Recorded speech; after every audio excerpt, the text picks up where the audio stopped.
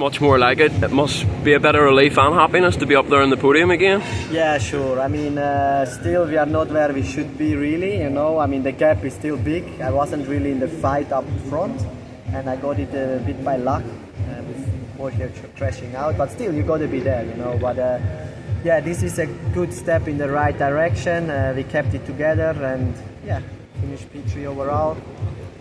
So now we just need to go back to work with a bit of extra motivation also for the crew, for everybody, you know. So yeah, let's make it happen now. And I would say we haven't seen the real Jeremy Seewer this season. What would you put that down to from your side?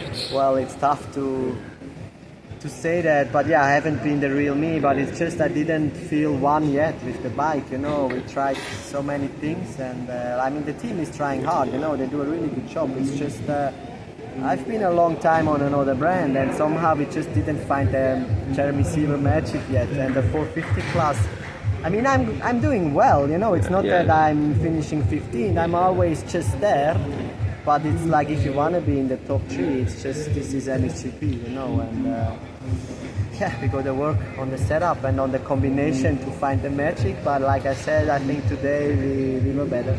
And it seems like the Japanese are working really hard for you, so they're trying. And what's it like working with Antti as well? He's obviously a former rider, so he's probably been through things like this. Is he able to help you a little bit? You know, on the team side, I'm super happy the way they are very professional. Like just the things around the rider are super easy. Traveling is like I never had such a good team around me in terms of the normal things. You know, the struggle, like I said, was just on setup, where Antti and the crew doesn't have much to say. That comes from Japan, you know, and this I think just maybe is a bit normal that it takes time to find each other. I mean, Romain, the last few years he had his setup, and then obviously I start with what he has because that's what they have in the team. But then we find out, that's not what works for me because my riding style is completely different, and then that whole process starts, and it's not done in 1 week. That's just the point, you know. And I mean, this season's crazy. Mud.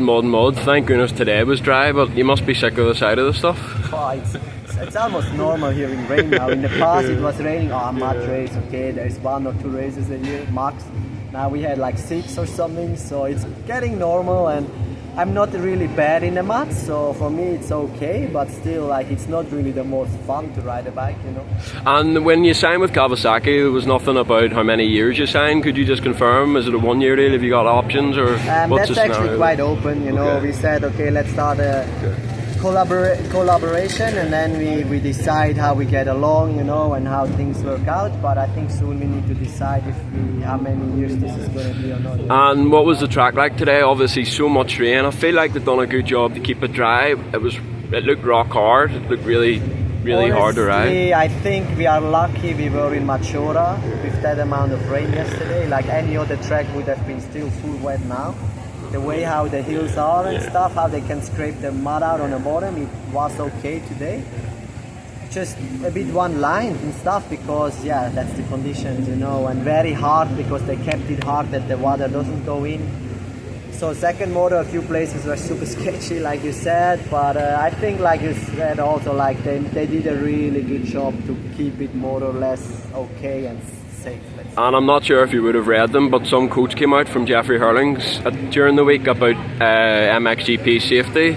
Is that something you'd like to comment on, just about the safety this season in regards to track prep, and then obviously a few riders with the medical stuff isn't ideal? Well, I'm always honest, you know me, but like... You might get in trouble. Yeah, you get in trouble, I get in trouble if I'm really taking my filters off, but I mean, it's always two sides. I hear also some stories and they are not acceptable, and I think in some small areas MXGP really should try to improve on safety. Like one is like the flag story, like with the marshals, because lately I've seen, especially in France, we have seen some crazy stuff which shouldn't have happened, like with Benista and all these things, which I think you can't really blame the riders, because I think what many don't realize is how fast we go nowadays. Unbelievable. Even like these are tracks, they're here for whatever, 50 years. The bikes are also so fast. And the last 10 years the speed got that much faster that many things which were safe are not safe anymore. And now if I go straight or if I crash, it's serious, and there are things in the way which they don't even think about, because like I say, even 10 years ago it wasn't the case, and I think they just need to try and come out of, like, think further. I mean, and then sure there are many things to improve, but you know, from outside to say is always easy. If you are in there, it's a different story to make it happen. So yeah, it's a tricky thing, but I sure think there can be improvement. And I think Longo and Davy Coombs are in talks. I don't know when it's going to happen, about an AMA and MXGP combo race. Pretty cool for the sport. What would your thoughts be on that in the future? For the sport, amazing. I mean, it would be cool. I just hope they don't add another race, especially for us 20. I think it would be part of the calendar. Yeah, so. I hope so, because other for the US guys, they have a tough season now with that SMEs and us with 20 GPs and 2 days, event. It's not easy. Perfect. Thank you very much for your time.